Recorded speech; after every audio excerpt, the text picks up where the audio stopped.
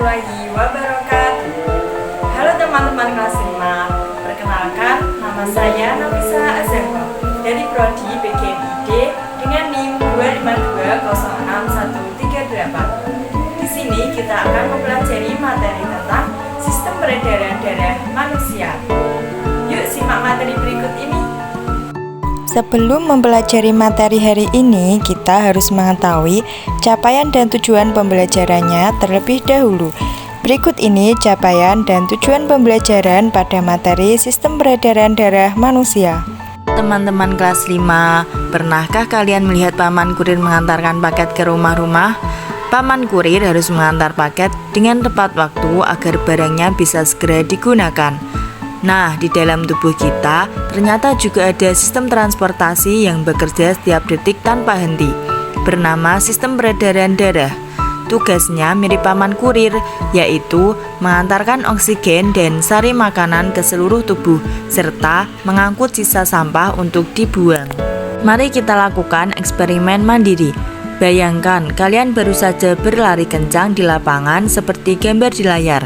Dada kalian pasti terasa berdegup kencang, bukan? Yuk letakkan dua jari tangan kanan di pergelangan tangan kiri kalian. Tekan sedikit sampai terasa ada denyutan halus bernama denyut nadi.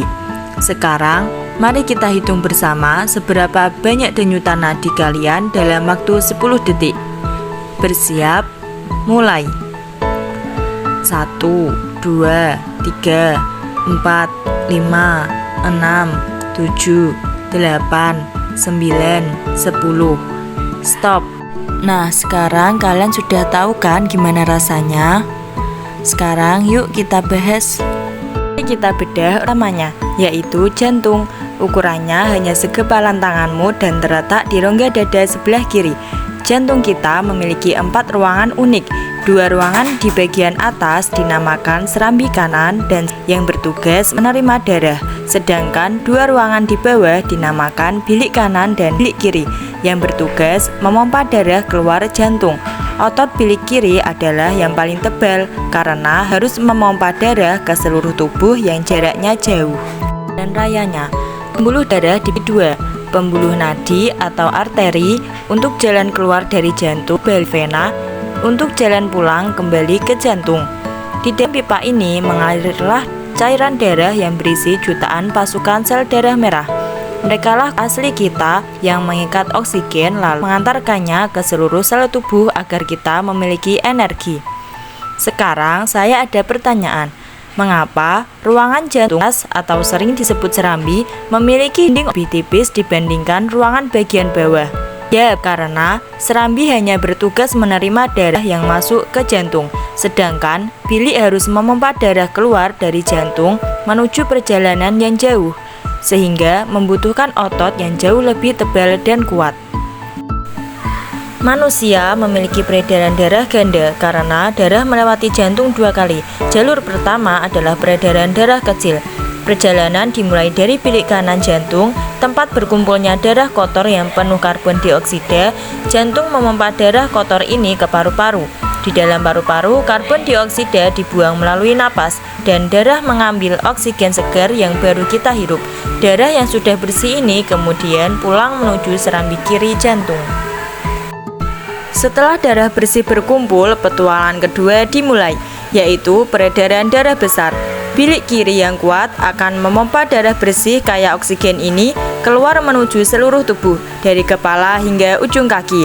Di sel-sel tubuh, oksigen diturunkan untuk energi kita bergerak. Sebagai gantinya, darah mengambil sampah karbon dioksida sehingga menjadi kotor kembali.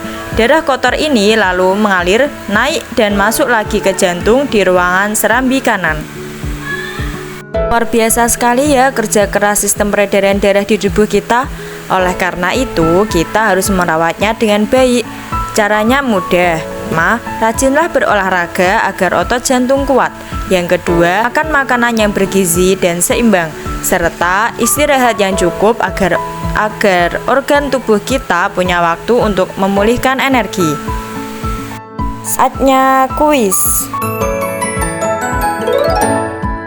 Pertanyaannya, mengapa nadi kita berdenyut lebih kencang setelah kita berlari? Jawabannya yaitu Saat berlari, otot tubuh membutuhkan lebih banyak oksigen dan energi, sehingga jantung harus memompa darah dengan lebih cepat. Apakah kalian tahu alasannya? Ya, benar. Alasannya, saat kita berlari atau berolahraga, otot-otot tubuh kita bekerja jauh lebih keras dan membutuhkan banyak pasokan oksigen serta energi. Nah, agar pasokan oksigen itu cepat sampai ke otot, jantung kita secara otomatis akan memompa darah dengan luar biasa. Itulah mengapa denyut nadi di tangan kita ikut berdegup kencang. Nah, setelah menonton video tadi, apakah kalian sudah paham tentang materi sistem peredaran darah? Jangan lupa dipelajari lagi ya. Sekarang, coba kalian sebutkan satu kegiatan sehat yang akan kamu lakukan hari ini untuk menjaga kesehatan jantungmu. Sekian dari saya, apabila ada kurangnya, saya mohon maaf. Wassalamualaikum warahmatullahi wabarakatuh.